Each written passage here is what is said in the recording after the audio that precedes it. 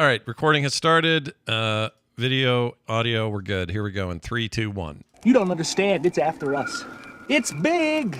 It's got huge teeth, a big beak, bulgy eyes, feathers, fur everywhere. Yeah, and pigs can fly. No, bears can fly. Bad guys beware. Here comes Banjo-Kazooie, where you're both bird and bear with amazing powers. There's never been anything like this head-banging, sky-flying, rock-hopping, egg-shooting, tag-teaming duo. Banjo-Kazooie, only for Nintendo. It's big. It's the 90s.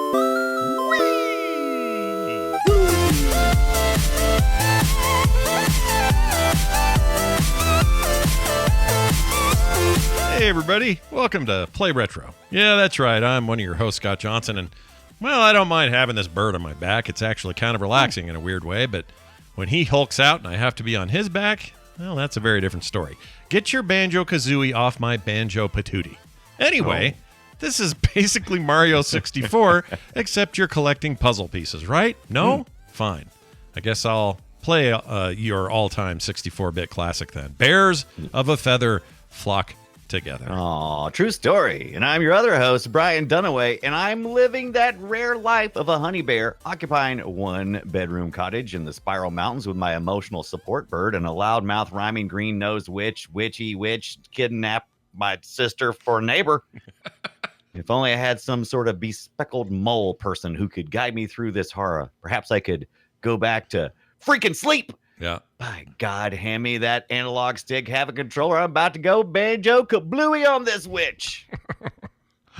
I swear. Nicely done. Nicely done. I feel like we have given Banjo-Kazooie and his 25, well, him and his bird's 25-year anniversary its due, even just in this opener here. Yeah, you know? It's only been weeks since he turned officially 25. I think the game released like in end of June. Oh, I thought it was this week for some reason. I don't know why I thought that.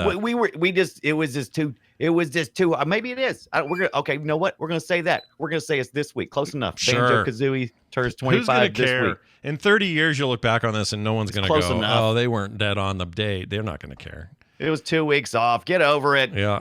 But we got some, another rare game on deck, so we'll talk about it. It'll be fun. I'm looking forward to it. Stick around. But before we've covered a lot of rare games. I forgot to bring it down here. Gosh dang it. All right. Well, anyway. Dang it. Listener and a good friend of the show and the network, Vincent Minucci. Oh, I love that name. He sent me and you something. You don't even know about this yet because I haven't told you. I don't. You teased me with it. You said, "Oh, dude, I got something totally rad." And I was like, "Okay." Frick. I cannot believe I left it upstairs. Anyway, you can go get it. I'll that's stupid. You know what? I'll go get it after the show and bring it down here quick for the post. Even better. So stay tuned for the end of the show for Scott's show and tell at the ass end. Guess what he sent us? He sent these cool, self-contained. It has a hinge and everything, a little clip and a hinge. It's a enclosure for these RG58XXs. And it even has a little screen pad zone in there. When you shut it, a nice soft pad lays on your screen. Aww, it's going to protect my pad. It's a sweet little portable deal that you would want to use for a case. Yeah, it's basically a case that he made for these, or he had these made for us. And they're awesome. And I can't wait to send yours. So I'm forwarding yours plus another box of crap that I owe you that'll all come together. But your box. Hold on to your butt. You're about to get a box of crap. I love when we send stuff to each other because me and Scott send retro gaming care kits. What would they call them when your mom would send you some cookies when you were at camp and stuff? What was those called? Care package? Oh, care. Care. I think it's I guess a care package, right? Yeah, care package. Okay. Yeah, that's it. And so we're sending retro care packages to each other just when our days seem to be just the shit. Yeah. And you're singing that song. What's the camp song, everybody? You hate camp. And Camp down, ladies, sing this song. No, that's not even close. No, the one camp. with the one where you've been at camp and it's like everything's fine and dandy. Anyway, woe is us. I have to barf. The food here's bad, and I'm sewing stuff in leather. That's close. That's it. That's close. That's it. Right there. That's like when I sing Baby Shark. You weren't even close, but it was close enough. I knew what you meant. Here's one right here. Brian sent me this Master Sword from the Zelda series that he 3D printed. The only problem is the wonderful mail system of America bent it. and I'm afraid to move it because I don't want to snap So it. now it's like bent carrot. I'll send you another one this time with 100%. Oh my gosh, boy, they turned that sword into a Z. Yeah, they That really is great. did. They really did, which really annoys me. But he sent this cool like holder for it, which is almost like Oh, a so cool. sword in the stone kind of thing, and I love it. I just hate that it's that the Oh, dude, postal why service you let me sucks. know? Yeah, I'm gonna. You know what? As soon as I get your care package, I'm gonna take the same box. I'm gonna rip all the stuff out of it, and then I'm gonna stick it right back in the mailbox with a bunch of stuff. I got some extra Mario mustaches over here. Sweet. What else I got? Yeah, you're gonna get some crap. You're gonna get some crap. Okay, I'm gonna send you a magnet. Don't hold it next to any screens, but I'm sending you a Magnets. magnet. Oh, also, I forgot what I was gonna say. Oh, did you? This is a side note. I could do this off air, I guess. Did you send the super secret other package to the certain somebody we talked about? Did you do that? No, I have not finished it. We discussed it, and then I let me see. Like the next day, I went to the urgent care center, and then I just haven't got back on life yet. Yeah, no, So- trust me. I had my own week from hell, and I almost forgot to ask. So now we'll Yeah, work it yeah, out. yeah. It'll all come out in the end, everybody. But, yeah, already made one apology today because I'm running behind on something because of this past weekend. Good Lord, Yeah, it's a lot. this past It's a weekend lot. again. July It's so trash. far, 'cause July can take a dump. I'm mad at Yeah, I'm oh, mad I think at it July. did. Took it right on our heads. It definitely took one on my house. Don't put that in the care package. Hey, tell Camp me about Granada. this screen replacement. Speaking of the RG35XX. Okay, so don't panic. Don't panic. Hold on to your butts. I've had a couple of people in our community who have been picking up that RG35XX we've been talking about, which is that handheld Ambernick that plays all the cool retro games up to the PS1. Yeah. And a couple of people have cracked their screens either by dropping them or just looking at them funny, put them in their pockets, whatever. I've had no problems whatsoever, but I wanted to find out just in case because I was like, oh no, if this happens to me, I want to be able to order. I think they're like 3.2 inch screens or 3.5 inches. It's a little bit larger screen, believe it or not. And I ordered from Alibaba the recommended screen.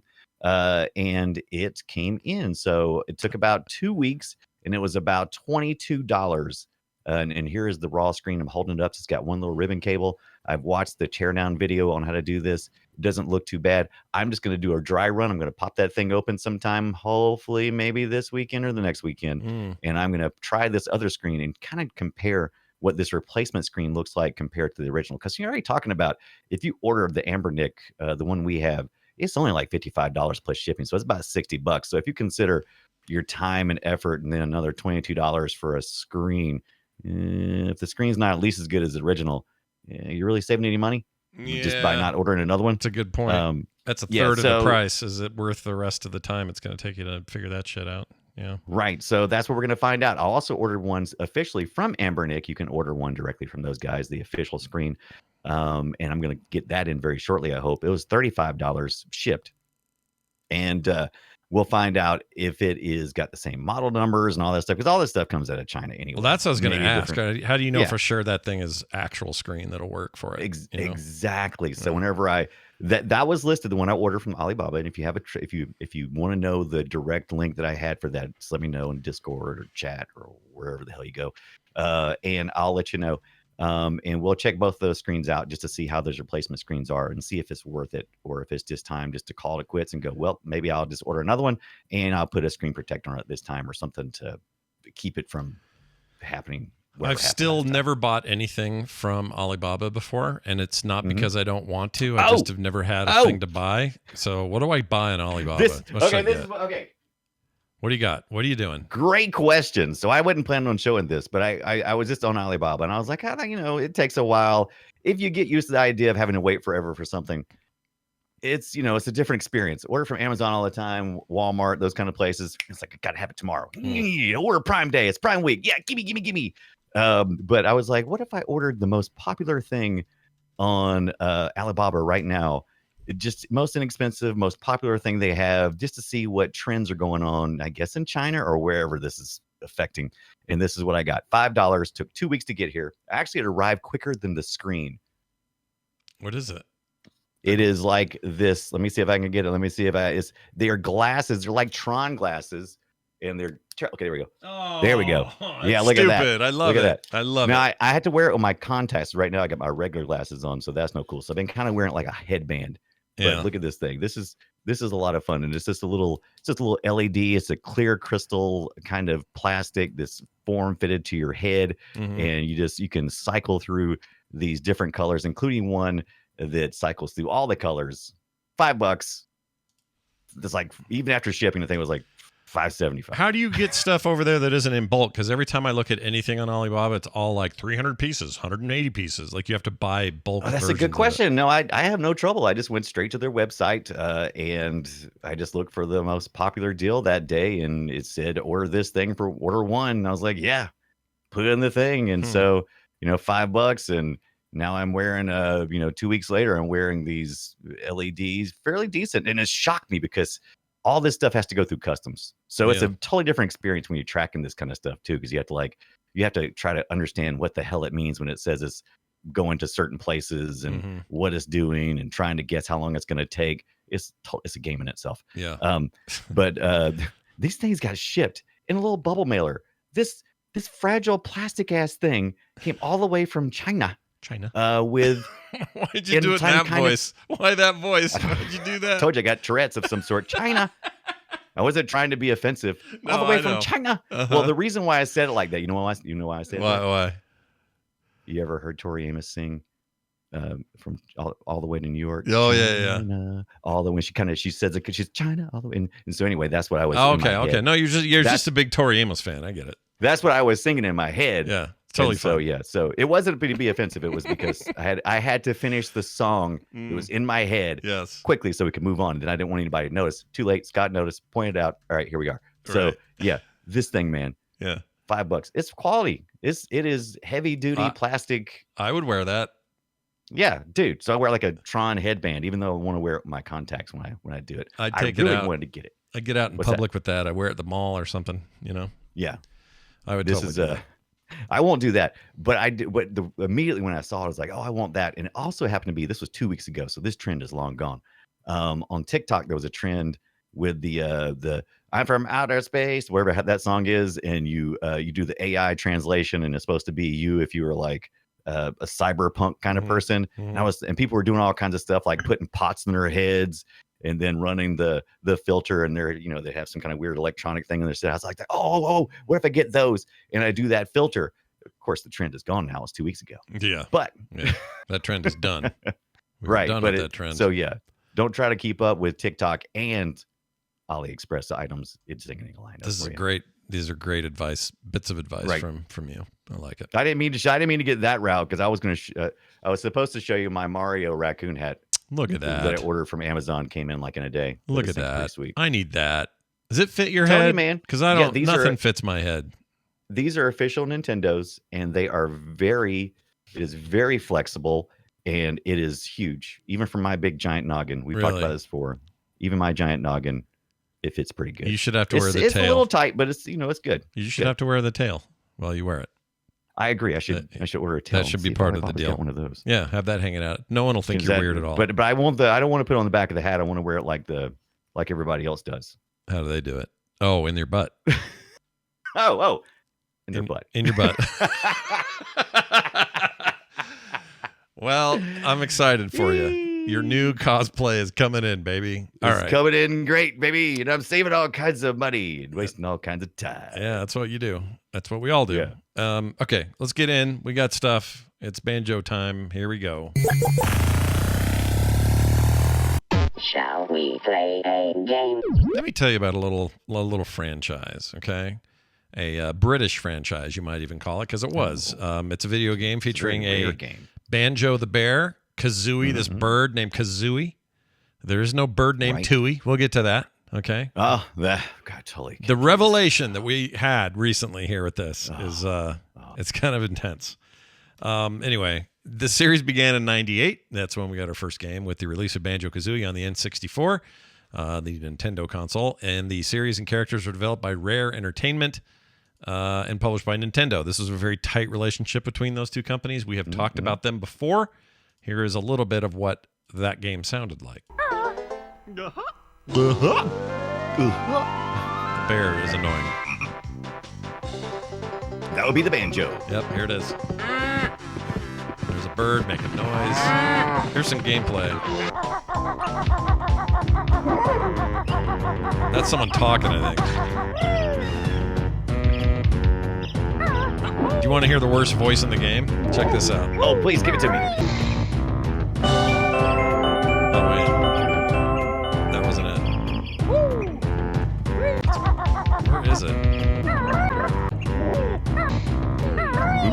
I can't find it. It's like this guy.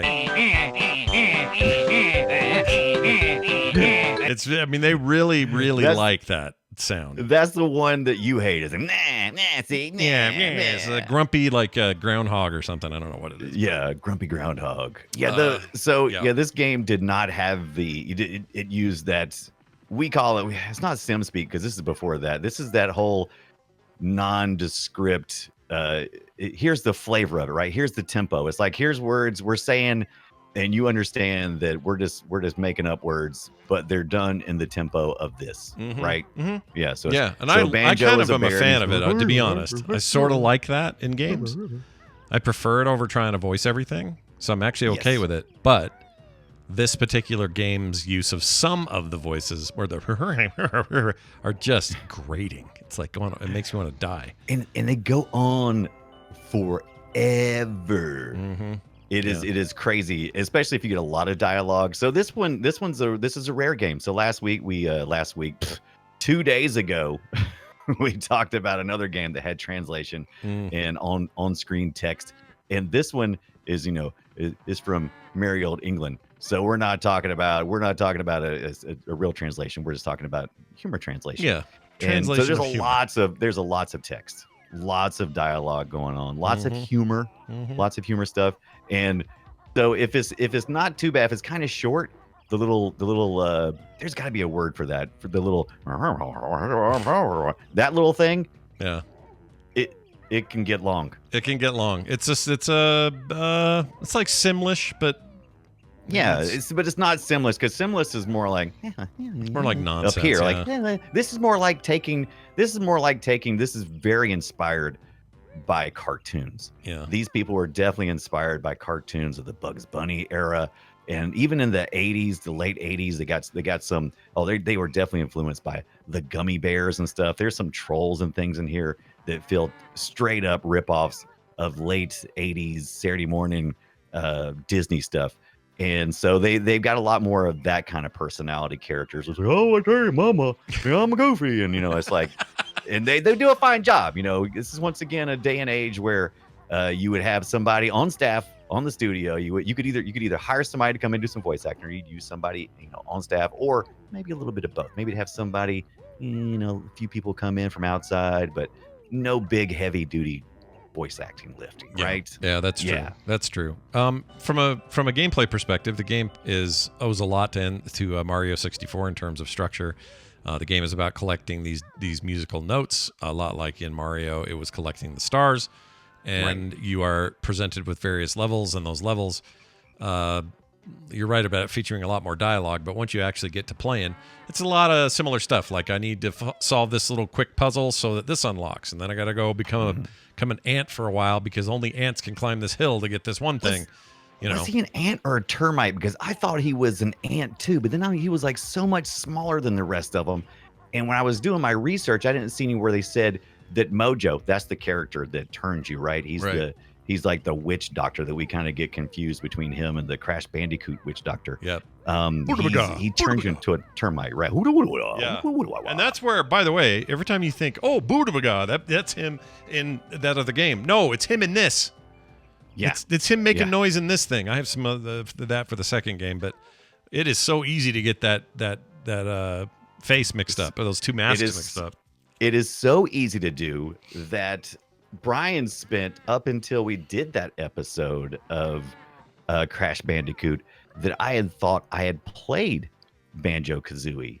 But going through our rare retrospective we've been doing the last couple of years, we did the Diddy Kong Racing, which had some of these characters premiere there, even though they were already created for other games. They just hadn't been published yet. Right. Banjo was there, and I always got the two mixed up. I had never played Banjo, because I never played any Banjo game. I didn't realize what I missed out on. You did miss out. You missed out hardcore. I 100%ed this game when I had it on the N64 and loved it. Loved it. So much better than Mario 64. I know there's some people out there who love the Mario 64, I always had trouble with it, including the controls. Even though the this camera's has better in this, it's way better in even this. it's got to be and even though this has way more combinations of moves in Banjo-Kazooie, because that's what this game's all about. This game is all about, you spend half your time collecting stuff, you spend the rest of the time learning new combinations on the joystick to do some kind of fancy moves so you can solve more environmental puzzles. And I thought this played excellent. It made me feel like, oh, I found the missing link between Mario 64 and Super Mario Sunshine. That was the next real big one, right? That was the next big The next big, the next mainline Mario game was Sunshine. Yes, that is correct. Okay, Sunshine. So yeah, again, I always felt like it was disconnected. I'm like, oh, it's like, how'd they go from that to this? I'm telling you, man, Rare fed off the Mario 64, and I think these other guys, because they worked in really tight with each other, I think it also fed. Well, that's what I wanted to say was it's one of those things where without Mario 64, I don't think this game exists. But yeah, they were in a totally different direction. They were doing something called Dreams, right? Right. And by that, I just mean like you have that example set, then you come in and you improve on it. And even though you have an IP that isn't well known, nobody knows who these characters are. You're having to establish your IP as you play. Doesn't have the cachet Mario has always had, but it stood up on its own. It became very popular. Word of mouth was really strong. Reviews were really strong. Critical reception was really strong. This was one of the games you mentioned when you say, "Ooh, 1998, one of the greatest gaming years." Banjo-Kazooie is on that list, and it's there for a reason. It's like it's in the top 10 for the most N64 sold games. You got to remember, this is Rare, who eventually was purchased, like Nintendo purchased, like what, 49% of the company at one point in time. Then Microsoft came in and blew all that up. Thanks a lot, Microsoft. Even though we do have the ability to play this game on the Microsoft now on the Game Pass, I believe, and also Rare Replay. Yeah, Rare Replay and Game Pass that exists. Console only though. I was trying to play this on the PC Game Pass or even just PC Xbox Store, and I can't find it. No, I played it. I did have trouble too, and I ended up going to, and you can play this in the cloud. So I was able to play it in my browser. Yeah, cloud makes sense. But can you play? Can you download the damn thing and like play it? Like no. Yeah. I don't even know how you would. I mean, did they ever port it? I don't know. That's what I'm saying. I don't think they ever PC ported it, as far as I know. Yeah, I played it on my Mr. FPGA, and it ran like a champ. And I meant to get my N64 controller out because I did have a little bit of controller confusion, as we've talked about in the past, with this particular controller with the one analog stick. And but yeah, it worked fine, and they solved all that stuff. Yeah. Absolutely, if you're trying to play this today, unless you're just a retro head and you got the N64 controller and can get something like a Mayflash USB adapter so you can plug it into your PC, I said I played this on my Mister. That's a lie. I played it on RetroArch on my PC. Oh, okay. Well, because it doesn't have a valid N64. I apologize. That's why I think the upscale widescreen. I mean, just the visuals are great, but also just the adaptation to modern controls, I think, helps it a lot. Yeah. And I'm going to play it again. I think, like why the way. not? I really like it. It's such a fun game, dude. I'm gonna finish this one because I've been meaning to do something that I can finish, and I keep saying I'm gonna finish him, and I'm like, see, I got it. I got whatever. You did it again. You got the T. I got it. So yeah, I'm gonna finish this because you know why? This is just a 10-hour game. If you use like a guide or something, it's a 10-hour game. Oh yeah, you'll rip through it. I could do that. Yeah, you not only rip through it, but it feels right. It's a very cohesive thing. Now, what's weird is, well, we'll get to the sequel in a second, but I had nothing but love for this when I played it. And then I basically just forgot the sequel came out. Like I just sort of didn't. I never touched it. I never played it. From the stats, the numbers I saw.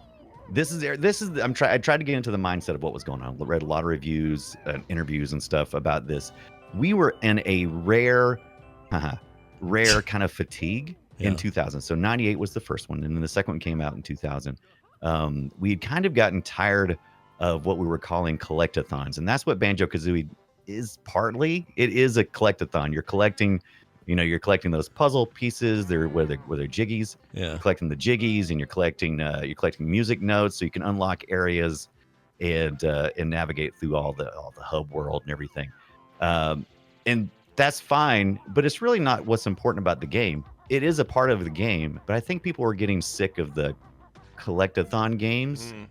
And I don't think it sold as well as the first one, which is sad because initially, anyway, I can't say the total numbers, but initially, I think they shipped 3 million copies of the first one and 1.5 million. It's still those very are good. all just it's a very good those game. are things that I read, and I may have them in totally the wrong order. Don't quote me on those. But the one I want yes, is here's what I want. We're in a time where Tell me what you want. where Square and everybody else is doing like major remakes, like proper remakes, not just remasters, not up-resers, but this is a remade game, right? They're doing that with Final Fantasy VII. They're doing it with a whole bunch of other stuff, and they've got even more coming. And they're not the only ones. Like the Crash Bandicoot games, all remade, including the Crash Team Racing. It's very good. I'd kill for this to be remade. And I mean remade, brand new engine. The fur and feathers look real. We know what we're capable of now, right? Right. And it has to be. I'd do it tomorrow. It has to be on the Switch. I hate to break it to you, Microsoft. And Microsoft's been pretty cool about this. I think Spencer has said, he's pretty cool with, if they wanted to do, if he basically passed the buck. If I remember everything that I've read, which I read a lot in 2 days, they were like, we had to haul ass, by the way, because we did a show on Sunday and it's already Wednesday, and we're just like, oh my gosh, we got to hurry up and do another show. Yeah. How many days to do Banjo-Kazooie? How about 2 days? Perfect, let's go. So yeah, it seems like the attitude was Rare. If this is going to happen, this is going to be on Rare. Microsoft isn't pushing this. We don't think we don't have an opinion on this. If Rare wants to do this, let them pursue it. And it feels like whatever is left of Rare, whoever is still there, I rhymed, just like the witch in this game. Yeah. She's that is up to them to do it, to gauge the interest and to do it. And that's the question. Is there something about any of this that could stand out to kind of sell stuff? Like a remaster would be a cheap way to do it, right? You just up-res some graphics, you tighten up some controls, you don't put a lot into it, you throw it in as part of Game Pass. Well, again, like if they want to do it properly, and so the good example or the most direct comparable example is probably the Crash Bandicoot remakes. Those are straight up remakes. Like they're still the same game, essentially the same game underneath, but the graphical fidelity, meaning not just up-res, we're talking like new engine, right? Is very apparent. Those are beautifully remade games, and they look like modern games. That's what I want this treatment to be. I want to see it like the Spyro trilogy. I'm suffering right now to try to remember same deal. Those look great. What team brought that? Who brought that together? I can't remember what team brought that together, but the Spyro trilogy was fantastic. Yeah, and if that's worth doing, this is worth doing.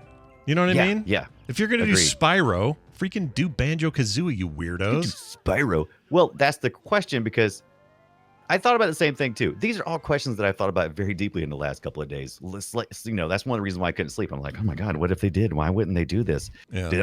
But then I was thinking about it. A lot of people still buy Spyro merchandise every year, even though Spyro hasn't been around forever, except for the trilogy stuff. And even before then, people are still enamored with the character Spyro. Mm-hmm. I haven't seen, there's a lot of love when I mention it, and I'm like, oh, Banjo-Kazooie. And everybody's like, oh, I love that. But nobody seems to have a Banjo-Kazooie shirt wearing or little figurines or anything. People don't seem to be putting their money where their mouth is. But I'm not sure. Maybe it's just because if nobody's making it to buy, though, that's not their fault. Like I'm saying is I think the fan base is there. I think there's a whole bunch of 30-somethings now that grew up as a little kid with this game. 25 years now. That is the sweet spot for a major nostalgia revisit with a generation that now has questionably disposable income. Yeah. It depends on who you ask right now how disposable. Right. So, but it's prime pickings for this. If it ever had a chance to resurge, I think you're right. One of the problems, of course, is the Rare guys. Rare had a shake up, especially after the Microsoft buyout. Yeah. A lot of the talent, the comedic timing. These guys this is a real kind of a special team. You had this combination of, they were really in touch with what was going on at the time. They was really kind of hip with the humor. You need that kind of to gel back in. If you just played the game Ukulele, the Platonic game that was that like some of the Rare guys went over to. That was in 2017. That was fantastic. Yeah, that was good. That was a lot like could, this in a lot of ways. I would argue their second game, the ukulele, it's not as even good. it's a stand. No, that one's better. I prefer. Oh, you think it's better? That, okay. That 2.5D side scrolling business is really good. It's really handled well. Why not just throw Banjo? Because I mean, it's kind of already the same idea. You got ukulele is this like two characters together, and together they do special things. Why not just throw Banjo in that engine? Because that engine still looks good. No, it looks I think great. they even have a newer engine now. Yeah, it's basically new. And that's the other thing, is that Kickstarter did extremely well. That to me tells me there's a market because people went, ooh, the people that made Banjo-Kazooie, sure, I'll do it. I wish it was Banjo-Kazooie, but that's fine if it's something else because they don't own that now. Like, people were willing to belly up. I don't know. I don't know how. Play retro show at gmail.com or play retro show on Twitter. Let us know what you think. Are you interested in a Banjo-Kazooie? Would you put money where your mouth is? Yes. Would you poke the beak in your backpack and say, hey, hand me some money? Would I pay $49 for, you know what you do? You make both games, this and Tooie, one package, all remade. Yes. It's like 20 hours worth of gameplay. You sell that for $49. All in a new engine. You give it the full treatment like you did the Dragon game you mentioned. What's it called? I forgot already. Spyro the Dragon. Yeah, that or the way they did the Bandicoot remakes. I'm there day one. I'll play your game. The insane trilogy for the Crash Bandicoots. I would totally. And you know what you could include? There's actually 3. You could even include that trash Game Boy Advance game. Yeah, that thing's not as great. There. It's okay. Yeah. It's not the worst, but it's pretty. I mean, they got Nuts and Bolts from 2005. Would that be worth remaking? Dude, Nuts and Maybe. Bolts is so good. People don't even know. It's so Would it good. need to be remade, though? Because that's a little more modern. Would it need to be? No, I don't think that game still looks really nice. It's a very, very nice looking game. I mean, it basically is. The 360 is basically a Switch. Yeah. In terms of capability. So if you like how Nintendo games look on the Switch, you'll like how Nuts and Bolts look on a.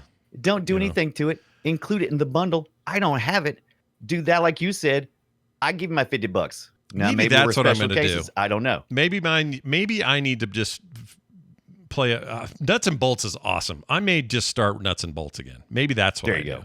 Yeah, that's what we both should do. Hey, why don't you? Hey, whoever still is around Rare, this still with Rare. Why don't you go find a mound of dirt somewhere and see if you can get yourself a Bottles the Mole to upgrade our level, please. Thank you. Yeah, think you could work that out? Appreciate it. Yeah.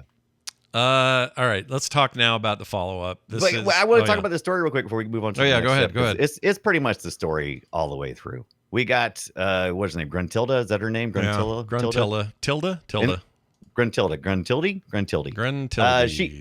She starts out, so for whatever reason, Banjo the bear and his emotional support pet live in the Spiral Mountains area, and above them is the witch's lair. And she's like playing a couple of roles. She's got kind of like she's like all the tropes. She's got like a Dr. Frankenstein trope going on with like, you know, little minions running around, you know, hunchback and helping her. And then she's kind of also partially she's the witch from Snow White. I mean, they just took all the fairy tale stuff and just like shoved it together. She's like the witch from Snow White because she wants to kidnap Banjo's sister Tutti Frutti. No, where's her name? Tutti. Well, what'll be her last name? Does she have a last name? I don't think she has a last name. I could be wrong. No. And she wants to kidnap her because she's the fairest in the land.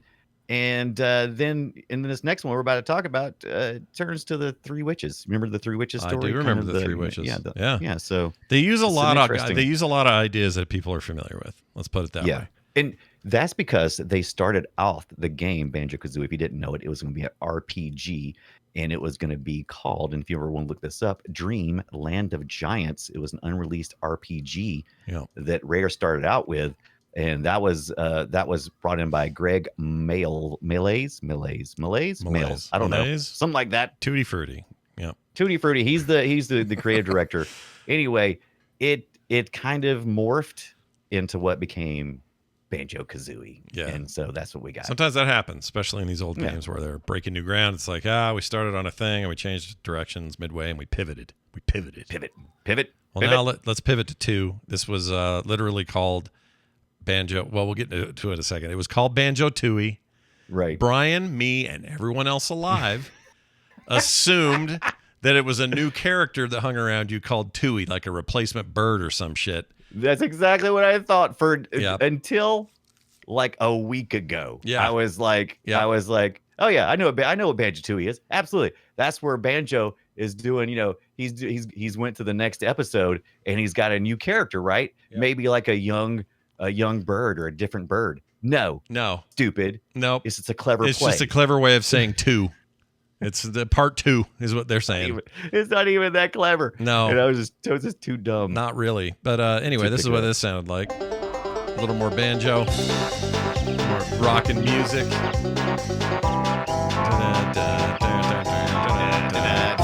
Now, as you go along here, let's see if I can find it.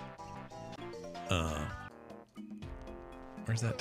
Oh yeah, this talking guy. Is that Mumbo? Mumbo. Mumbo number 5.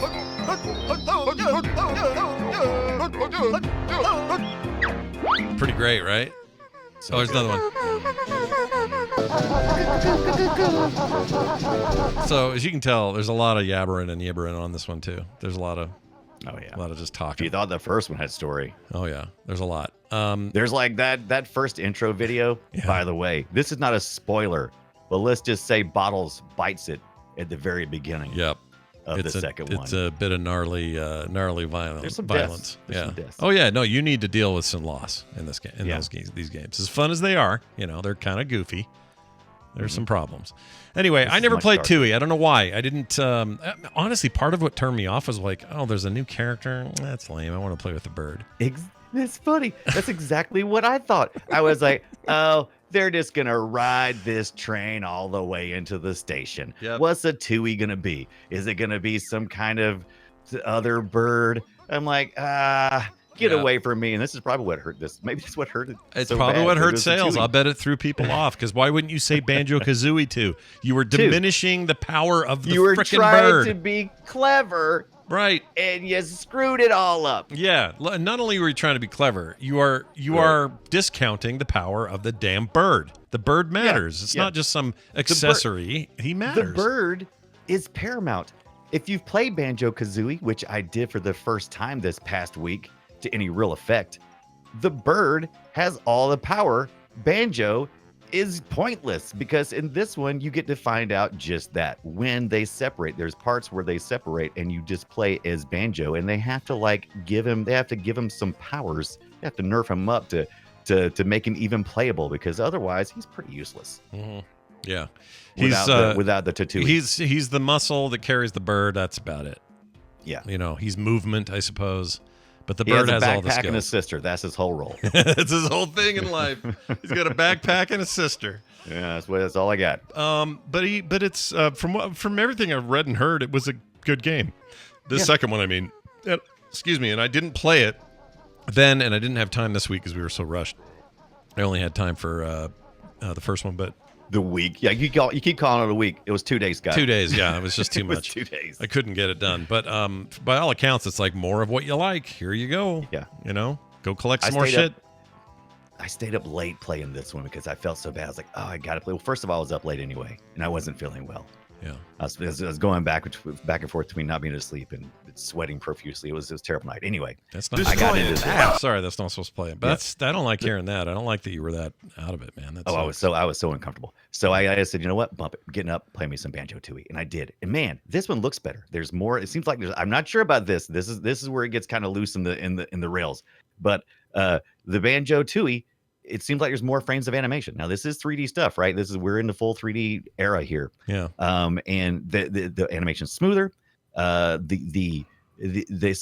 the first one, there was lots of times you'd be rolling along. Banjo does this little tuck and roll thing he does, which is really cool.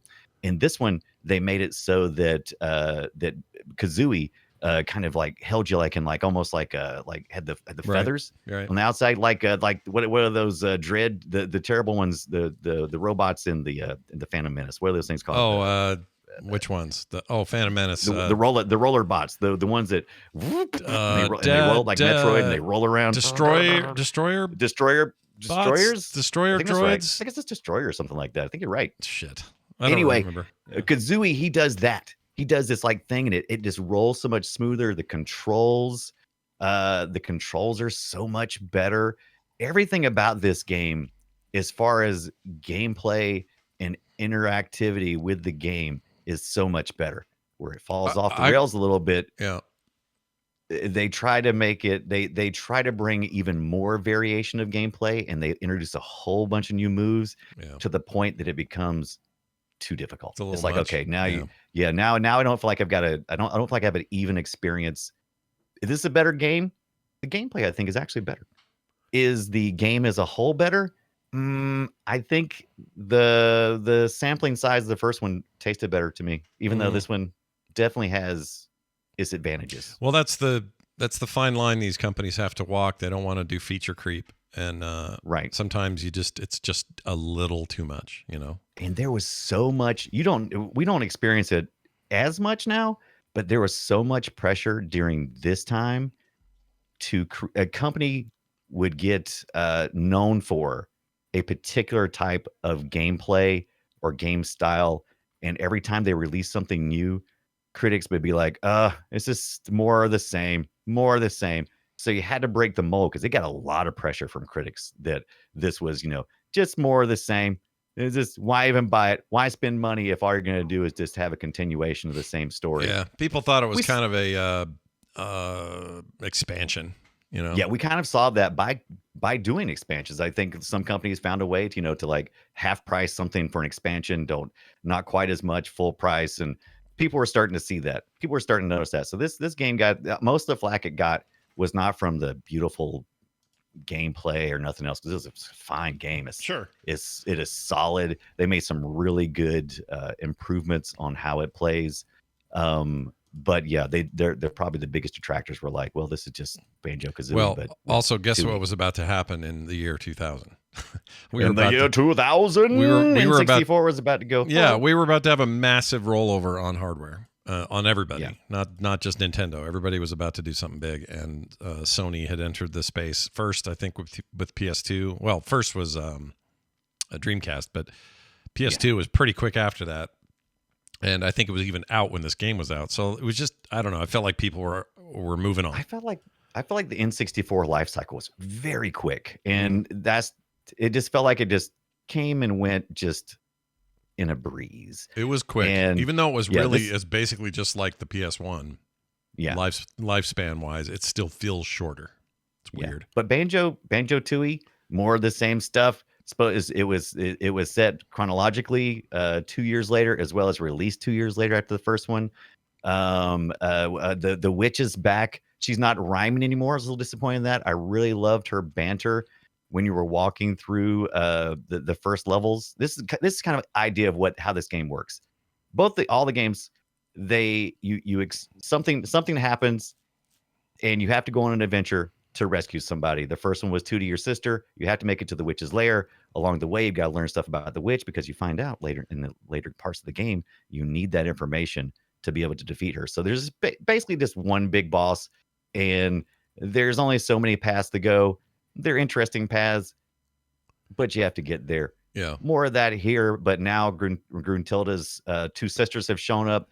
Gruntilda is pulled from under a rock, because that's where she had laid. She's a skeleton now. There's a lot of death. Yep. There's so much death in this. A lot of death. Subtext Dark death business. Yeah. Dark humor. Conquers bad fur day sex jokes. Yep. Oh yeah. They got to start crossing over, right? They got to start doing some of their rare crossover talk. That's right. But just you getting the puzzle, the elements again. You're still collecting feathers, so you can do all these special, so Kazooie can fly. You're doing the song notes. Yeah. Song notes are improved. And one thing we haven't even talked about, I don't even know if you know anything about this. I knew nothing about it, but anybody who's a banjo head or a Kazooie beak, whatever you want to say. That's what the real fans are known as. Yeah. Right. There was a swap thing that you could do. Did you know about this? No. Oh, I knew about the. You talking about the split screen thing? No. Oh. This is where they had this idea.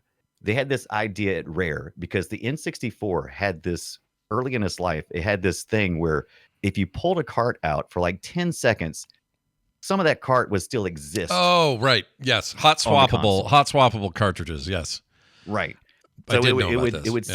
sit in there for like about 10 seconds. Yeah. And then if you plugged in, if you stopped and swapped the game out to like Banjo-Tooie, Yeah.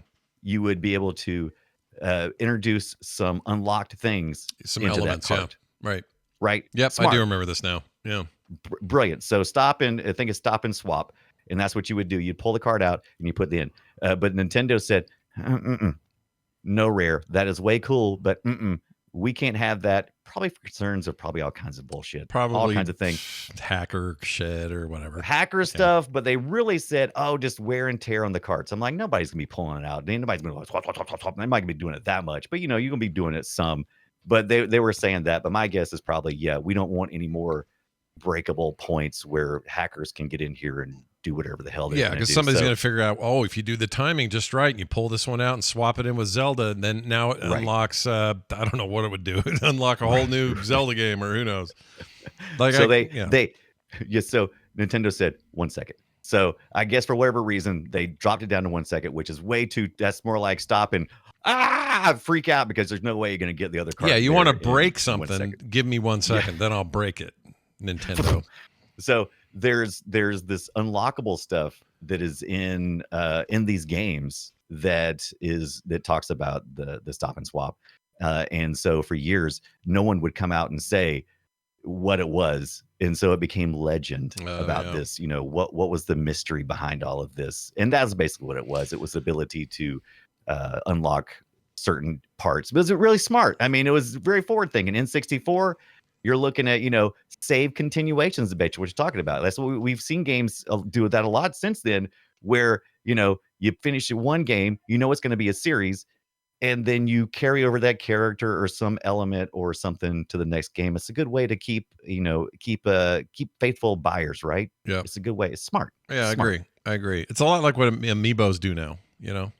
It's like Microsoft eventually made use of this. So I'm not sure which version it is, but one of these versions on Microsoft does allow you to do somewhat of the stop and swap, even though it's not, pulling anything out or carts or anything like that. Sure. I just found that fascinating. Sorry, I didn't mean to detract too much. No, it's good. It's from our jiggies. That stuff Getting is jiggies with interesting it. for sure. Now let's talk about maybe the least good thing in the entire list. Let's not talk about it. We're doing it. It's happening. This is time up. called Banjo-Kazooie Grunty's Revenge. Grunty. Which sounds gross. Gruntilda, that's right. Gruntilda's nickname is Grunty. Yep. And now we're in 2D sprite land, and it sounds a bit like this. More of that music. You know the drill. Okay, here's some great voice work. Hold on.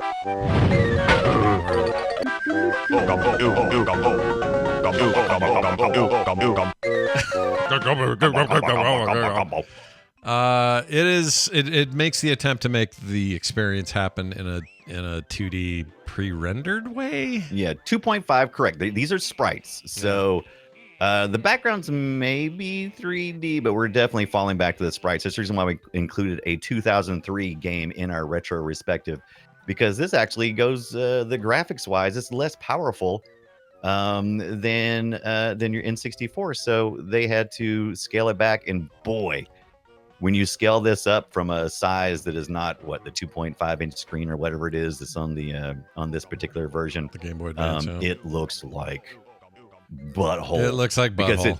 it looks like butthole, but that's fine. That's fine. It does not scale very well. I've actually learned something about this whole era recently. And one of the games that I actually really enjoy, but I think it suffers from the same problem graphically, is Mario Golf on the GBA Right. Advanced Tour. There was this hot moment there where pre-rendered sprites, I don't mean like cool hand-drawn sprites, but like pre-rendered like 3D Studio Max looking shit.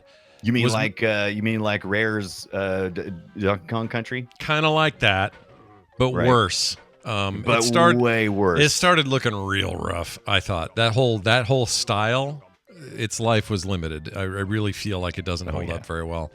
And this game's full of that. Just tons of it. It doesn't hold up. Donkey Kong Country looks so good. Rare had jumped. So after they got through doing a bunch of SNES stuff with Nintendo, they decided to jump right into the 3D world. They saw what was going to happen even before the N64 came out. which they knew what was going to happen. So they got some Silicon Graphics machines while they were still developing things for the SNES, and they made that Donkey Kong Country we had talked about, and it was mind blowing at the time because all we'd ever seen was hand drawn sprites up to that point, but now we had like some 3D fully shaded. It was such a unique look, but it does have a very short lifespan. Yeah, I'm afraid. Like, I don't know. I have to admit, the idle animation here that we're looking at, it's kind of impressive. Okay. They're putting a lot of frames in here. Yeah. But the actual little rendered dudes, it's just not. I don't know. It wasn't going to Mojo. Mojo's going. That guy's a real mumbo. It's not that great. It's kind of hard to play and a little clunky, and I don't think it controls that well. So I would kind of agree. I would kind of advise not playing Grunty's Revenge. Yeah, 2.5. If you're actually playing it on a real Game Boy Advance, it might be okay, but at any screen size larger than that, it does not scale up, and it is painfully obvious. The audio's a little bit rough. The N64 sounds much better, and this is already a game that borders on loud, right? So trying to appeal to young people, and so it borders on loud, and when you don't nail that just right, you just get obnoxious.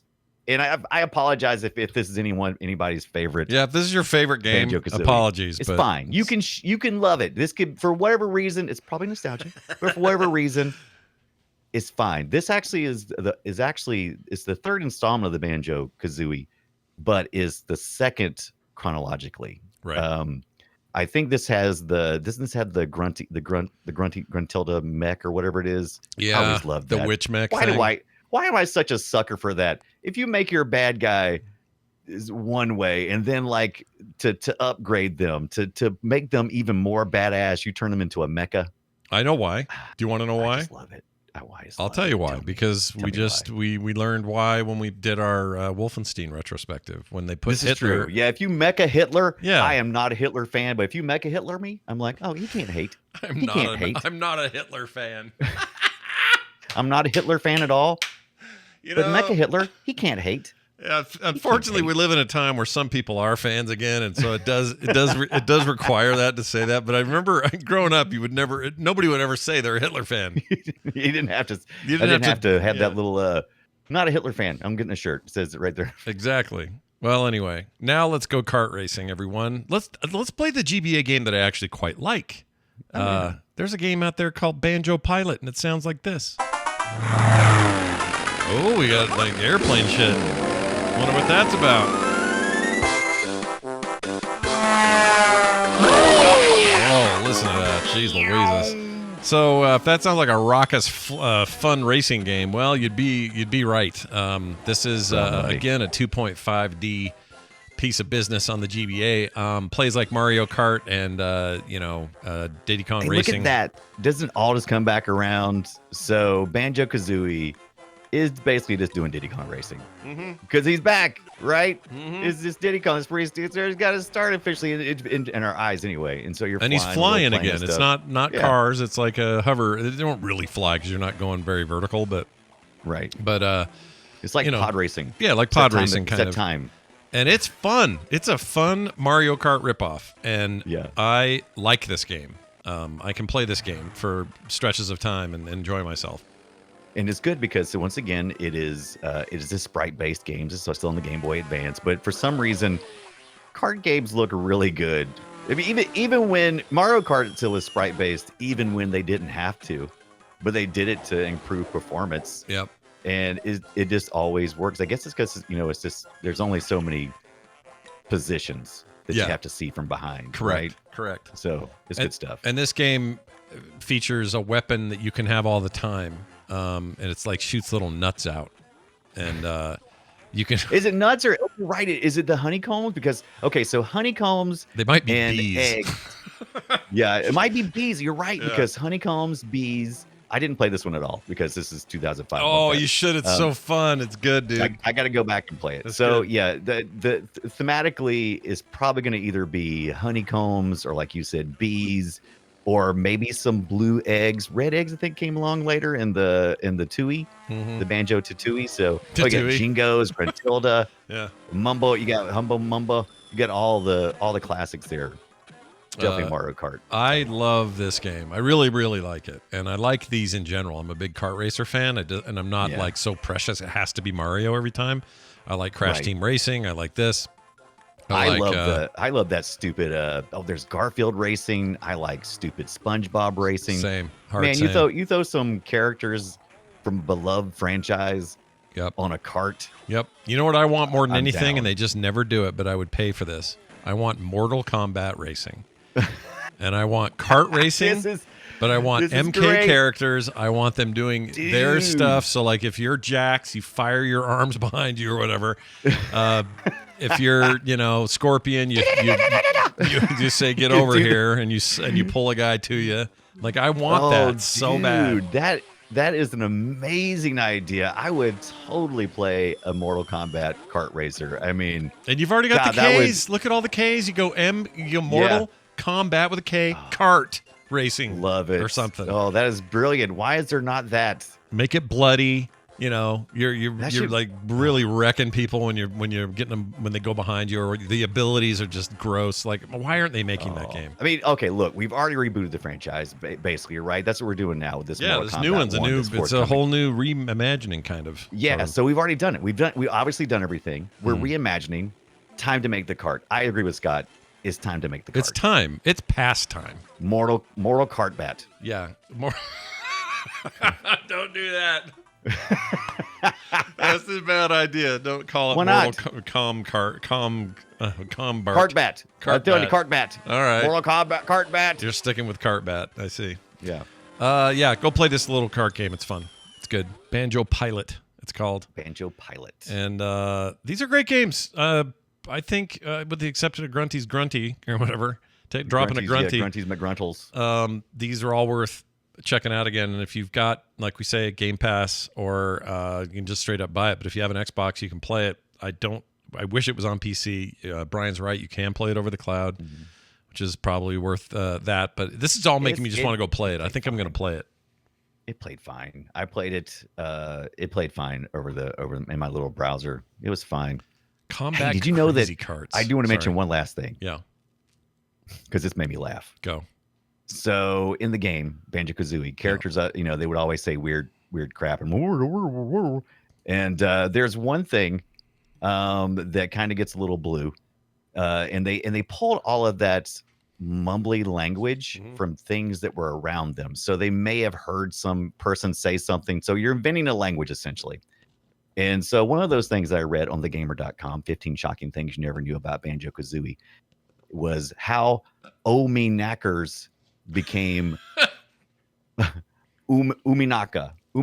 So Ominakas. So there was a guy there that worked, Greg Kirkhope, who worked at Rare, who was worried he might have serious health problems. So he often showed up late to the studio after leaving the doctor. As this is British people, you got to remember that. As he walked up the corridors, he would shout, "Oh, me knackers!" I mean, that's what was he talking about? His testicles or his what? Testicles. Okay, the testicles. Those are his knackers. Okay, yeah, his knackers. Oh, me knackers. So if you're ever late for work, that's definitely the excuse to go with. Well, why did they hurt? Did they hurt because they thought there was something wrong with them, or did the doctor do something that made them hurt? Good question. Know? Okay, but they found it humorous, and they made the phrase into "Oh, me knacker." Oh, me knacker. So yeah, so if you hear that in there, that's what's going on. That's what's going on there. Your knackers. That's some fun side note there that you just introduced. But that's how blue Rare was. They had Rare was good at being a little blue, but not in your face blue. It was good. Yeah, I get it. Not enough that how about this? Enough to make you snicker, but not enough to make your mom go, turn that off. Oh, there's never enough to make my mom do that anymore. She won't do that now. All right, let's get to the right to where the rubber meets the road. Yeah, that's right. It's Guess Our Game. Destroy it. All right, it's Guess Our Game time. We play audio from an old game and we try to guess what each other brought. We have 3 questions we can ask. We give a little hints at the top. I'm going to start. My game is from 1993, and it is on the Sega Genesis, Brian. Oh, the Sega Genesis. I have one of those. Yeah, I do have a few of those now. I'm going to go ahead and play it. 93 is the year. Let's see if you can figure it out. Here you go.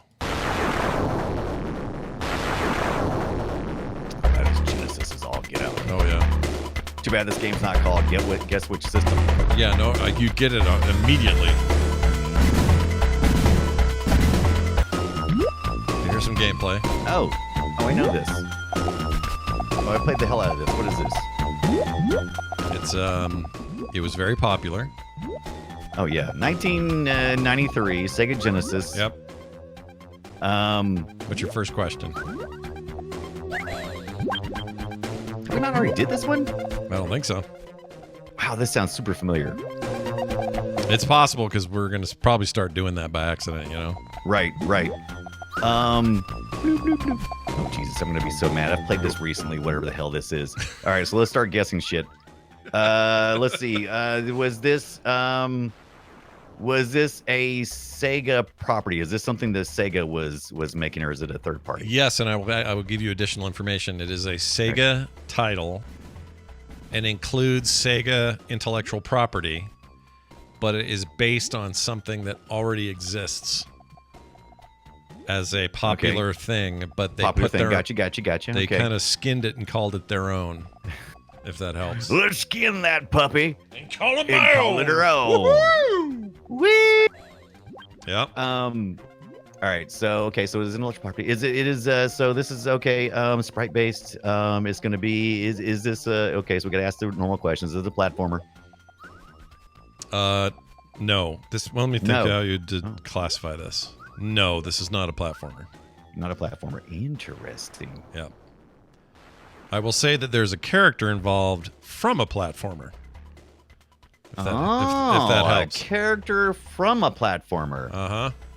Is there fighting involved? There is a versus mode, but no fighting in a traditional sense. There's no like punching or anything like that, or shooting. No shooting or fighting, but there is fight, so it's a competition. So it's kind of. Don't look at the chat, but someone got it in the chat. Right. But don't. Look. Okay, so it's And no, fighting. So Zoe. it's a competition, but it's not fighting. Zoe From says. Sega Genesis. Zoe says bloop bloop choplifter. That is incorrect. Not correct. Okay, I'm going with bloop bloop choplifter. I've definitely played this game recently. I'm going to be so mad when you tell me what it is. Well, you got at least one more question, right? I think. Oh, do I? Okay. It's kind of spooky too. It's kind of like this spooky sound going on. Yeah, I would say. Let's say it has a dastardly tone. if that helps. Dastardly. Oh. That's weird. Now you're making me think it's Wacky Races. Well, maybe it is. You have to decide. Because you said dastardly. It's a competition, but it's not a fight. Shit. I'm going to be so mad when you tell me what this is. Is it Bob? Let's see. Is it Bob? It's not Bob. I've been wanting to play Bob. I know I was playing Bob the other week, and so I'm thinking maybe that's what's triggering my mind. That's the only thing I've played recently that was on the Genesis. Yeah. I can't think of anything Well, let's else. see It's if not it's- Wacky Races. We'll see if it's Bob. Give it to me. Definitely not Bob. It is Dadgummit. Dr. Robotnik's Mean Bean Machine. Oh, that's okay. We haven't done Yeah, that before, I did play right? that not too long ago. But we have definitely not done this on the show. I think don't think. I did that one to you. Did you? I think I've done it to you. So you haven't done it to me before. I think this was an Really? early one, I believe. We need somebody out there, I don't know who, maybe Bombats or somebody who's smart to figure out a way Convert to our database. spreadsheet. Yeah, figure out a way to get all the ones we've done so that we don't do them again. You know what I mean? We get an email. We got an email with a big spreadsheet, and I try to check it. But man, if we could be lazy. Yeah, I want to be lazy. I want to not do extra work. Is what I want to do. If you could be lazy, but that's a really good one. Dadgummit, Yeah. I knew I had played that not long. That was another one I had played. I had played Bob, and I had played this not too long ago. But this is one of those ones. For some reason, it's in my ROM collection at a certain area that I always end up running it when I'm testing stuff. Yeah, it's good for that. And so it's got good background music. It's just so good. Yeah, and it's Love it's based on Puyo Puyo, which is the same damn game, but Right, it's just right. skin different and fun. So if you're at home listening, and you didn't see the video, it's a puzzle game. All right, look it up. All And right, while hey, you're doing that, I've been frantically trying to remember in my drug haze let me morning guess. this morning. Let me guess. You have no idea what clip you sent me. It's a PS1 I have game. no idea. Dude, I woke up this morning. I woke up at what time I was supposed to wake up. So I only had like 3 hours of sleep. And then I fell back to sleep, which I never do. I'm totally drugged up. I don't do that either. And oh my God. And I woke up and I was like, oh shit, I gotta do my clip this morning. Oh Jesus. Okay, let me pull up my you know what I did? I did do it. So I should be in my history for my bash. You oughta have should be good. something. So I think I FFmpeg this thing, so I should be able to. Oh, I found it. You Okay, did? I know what the hell it is. I know All what right, it is now. You know what it is. All right, I'm gonna play it. 1998 PlayStation 1. That's what we got. All right. So You're not gonna get this one. Mine's tough. All right, here we go. Warning. Incoming chairs. Evacuate area. Incoming chairs? Did you say incoming chairs? Is that what you heard? Well, let me hear that again. Warning. Incoming chairs. Evacuate I'm hearing area incoming immediately. chairs. Am I? PlayStation 19. What did I say? 1990. What was it? What year was my 98. 98 PlayStation. Chair amended. This Came out a day before my birthday. Nice. All right. Is it a run and gun game where you run and shoot or drive and shoot? You know what I mean? Like a. I'll give you this. It's an over-the-shoulder perspective shooter. Over the shoulder The perspective. bird is Megabyte's most basic weapon. But don't be fooled. They are deadly. Boy, the sound mixing is bad. Incoming chairs. Evacuate area immediately. Incoming chairs. Warning. Incoming chairs. That's all you can hear now, isn't it? Chairs. That's not what they're saying, though. But yeah, Okay. that's all you could hear now, right? Is it LAPD?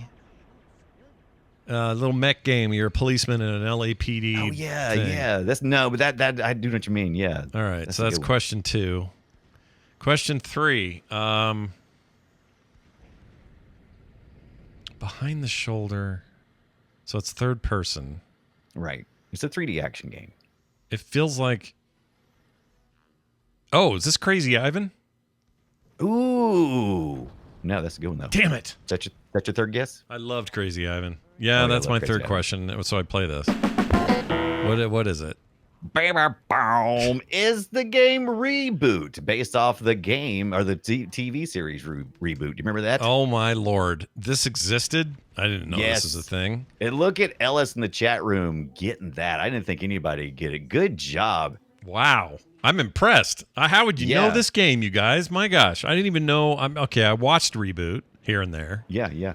Oh, such a ugly early 3D Oh, it was stuff. really Oh, bad. if you've never at least taste the flavor of Reboot, you need to at least taste it. It's such a weird, It's such a weird 90s metallic flavor. It's a strange Yeah. flavor, kind of empty of any calories, but still worth tasting. You know? thing. Yeah, it almost feels it's like this weird thing. It's almost I'm like, did Captain Planet people make this? Because it feels kind of Captain Planet in 3D or something. It's Little bit. really weird. Yeah, a little bit. I'm with you there. I'm also getting 720 vibes in this level. It's weird. Oh yeah. Because he's doing it. He's got his roller little skating. feet disc. Yeah, he's got his little. But this was the same time. Like, when did we get Beast Wars? And it was the same kind of bad Yeah. 3D stuff. But I loved Beast Wars. But it's funny, the Beast Wars, it really, even today, it holds up. Even though it's one of the really early rudimentary looking 3D. You know, we didn't have texture mapping. Texture mapping. Yeah, right. It was all just smooth punks. surfaces and stuff. But I really liked I love the story. But man, I have nothing but fond feelings for Beast Wars. Yeah. Reboot, I could take or leave. It's not really my thing. Yeah, but- it was such a weird story. I didn't feel any connectivity to it because it existed only. Transformers was kind of like, hey, what if we also did Transformers in this universe? And it's like, okay, Yeah. I'm grounded. You were Here, grounded it in felt a like, concept I already agree with and like and enjoy, Yeah. right? But Yeah. Reboot was like mostly about, ooh, 3D. This is a weird 3D. Saturday morning. Get my cereal ready, you know? I'm shiny and I have metal hair. Ooh. Oh, man, these PS1 graphics are so bad, dude. Sometimes I'm impressed with them, and sometimes I just look at it and go, this is ass. This actually looks better than the cartoon, though. Yeah, which is a hilarious thing, right? It does. It moves better than the cartoon. They should have just made the whole cartoon out of the PlayStation game. That's Just amazing. Voiced over top of it. Well, there you have it. Get those chairs. Incoming chairs, everybody. Incoming chairs. Incoming chairs. Now this. Welcome to the treasure room. Let's do an email here that we got from a listener. Oh, sure. Playretroshow@gmail.com is where you can send it. You can also text us at 801-471-0462, and you can leave voicemails there as well if you're so inclined. It doesn't matter what you want to send. We'll what read if it. I'm We'll so check it out. reclined? If you're reclined, then you're lucky because I'd love to be that right now. Hi, Scott and Brian, says Dave.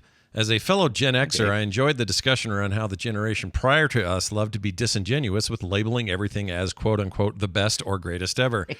This reminded me of a saying I really dislike, fake it until you make it. This resulted in some real jerks in business, especially when I was a new graduate back in the 90s. I worked as a chemist in a company that was sales-based, selling chemistry instruments, and the sales team lived that mantra. No matter what my experiment showed, the company no longer exists. So there was too much faking and not enough making, he says. Keep up the great work, Dave. Yeah, I hate that bro talk, that business bro talk. I hate it. Only time I refer to fake it till you make it is acting like I feel well. Like, it's like, I don't feel well. I'm going to fake it till I make it. Till you're there. Till you That's feel about well. the only time. When it comes to faking it till you make it, where chemistry instruments, please don't fake. Mm-hmm. Yeah. Please don't fake my beakers. Yeah. Because I don't want those to explode in my face. Yep. Money drives all sorts of weird things, but this idea of fake it till you make it, or anybody can be a billionaire, is just bullshit. Right. Yeah. It's just bullshit. Not anyone can be a billionaire. I'm sorry. It's not true. You can say we have this thing in our hearts that says I can do anything if I really put my mind to it. No. Right. You're going to rely on, you can do as much as you can, and you might make it, but luck has such a massive part of this. Okay, so I'm not blaming a generation for this, but I will say it wasn't uncommon upon that generation that was espousing the fake it till you make it mantra. It was a really hard thing for us Gen Xers, because we were so cynical, still are. Yeah. It was a real hard thing for us to listen to, and it was also, I think, were we one of the generations that had so much expectations put on us, that because expectations and kind of always telling us we could do anything, but then backtracking on that. Was that everybody Gen X's experience? Is that everybody's experience? That might be everybody. That could be everybody. I heard so much. I heard so much stuff growing up. Oh, you got so much potential. Sweet. So I feel like I need to operate in an exceeding capacity, but these expectations put on me are very, very heavy. I'm just a kid. How about let me be? Mm-hmm. And so, yeah, once you got, it's like, yeah, that's a lot of pressure. I was almost, God, I was a full grown adult, had kids, and they were almost adults before I finally was like, hey, it's okay, Brian. It's okay if you don't have everything that other people were expecting you to have, because I didn't necessarily want all those things that people were expecting me to do. Like, oh, you got talent. You need to go to Hollywood and do this and you do that. And I'm like, yeah, I sure do. And, and eventually I'm like, I wouldn't enjoy that. I'd hate the hell out of that. Yeah. I hate people that are overdriven like that. I'm like, I like to play video games and talk to my friends on podcasts. That's who I am. I found myself. Yeah. But that expectation, boy. I don't know. Expectations can be hard. And then sometimes that's parents. Sometimes that's people around you. Sometimes it's both. And it's funny, the older you get, it makes me mad that it takes you this long, but right. I finally am grappled with it and said, yeah, F off everyone. I don't care. But for real, like, you're all going to, your expectations of me, I'm done with those. Yes. What you expect from me, go up a tree and do it where somewhere else. Do you know what cares. happens when you try to meet other people's expectations? You fail. You fail. You disappoint them, and more importantly, you disappoint yourself. Reach your own expectations about your own self. How about that? You know how many years I spent trying to be Scott Johnson, the cartoonist? Whatever. Brian's a very talented cartoonist. He just doesn't show everybody. I don't have. It took me a long time to figure it out. I'm like, damn it. I know I can draw like Scott can, What I don't have, though, is is it the willpower? How about the desire? I won't even say willpower. I don't have the desire to output like Scott does. That satisfies Scott. Sure. It doesn't satisfy Don't Brian. satisfy you. Brian likes to work on a freaking piece of art for a month and just futz around with it. Scott's got to get stuff out. He ain't got time for that. Yeah, and you know what? We need that. We need things that take a month and futz around with. And we need we need weirdos like me that are like, I gotta draw all night. Like, you know, I gotta draw one. I gotta poop out of art. I gotta poop it out. I gotta make an art. All right. Thank you for the email. But as a result, Scott does what I've learned many successful people do. And I learned it by doing a little podcast. And it is, you start out with the time you have. Yeah. And you just deal with whatever the end result is. Yeah, you just deal with it. And over time, you get better. There you go. I never wanted that. I was like, I want it to look like I've been doing it for 40 years. Yeah, you want to just, go.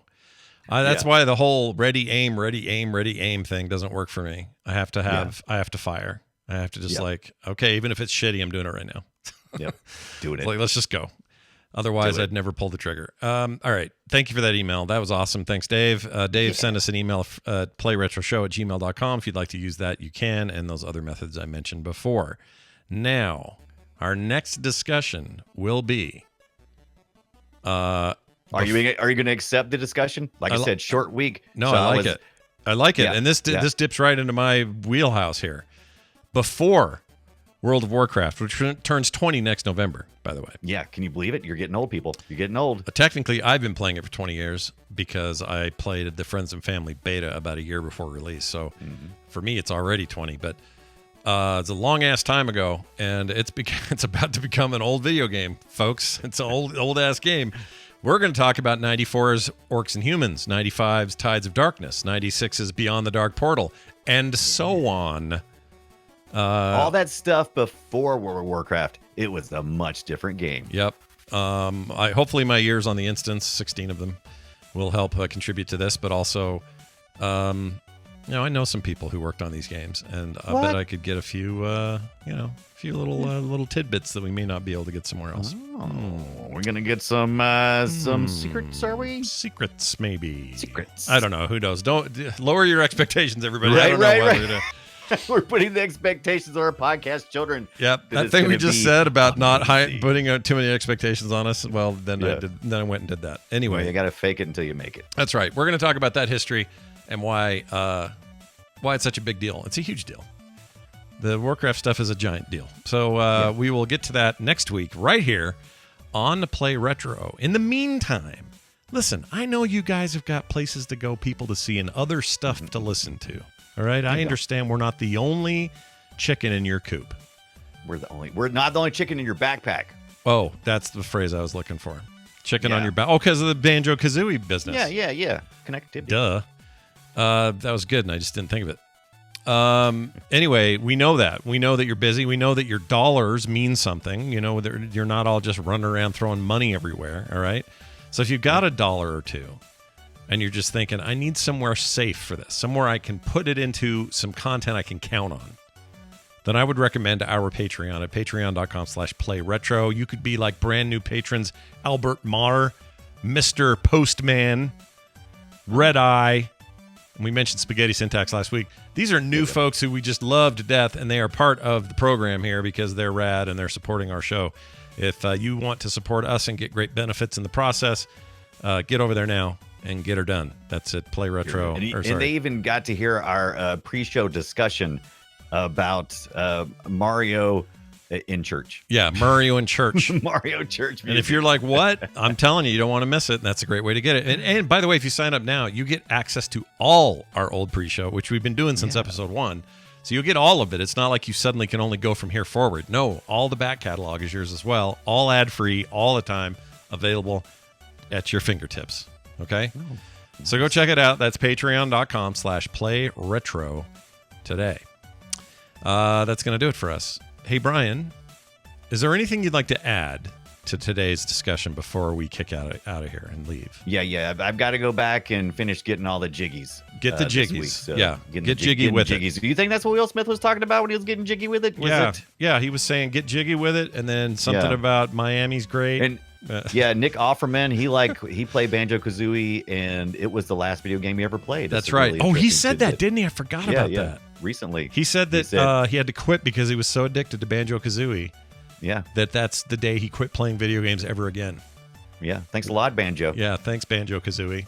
You screwed us again. Just kidding. That's going to do it for us. Go somewhere this week, guys, this week before we hear you again, and play something retro. And we'll see you next week. Knackers. Oh, me knackers. Get more at frogpants.com.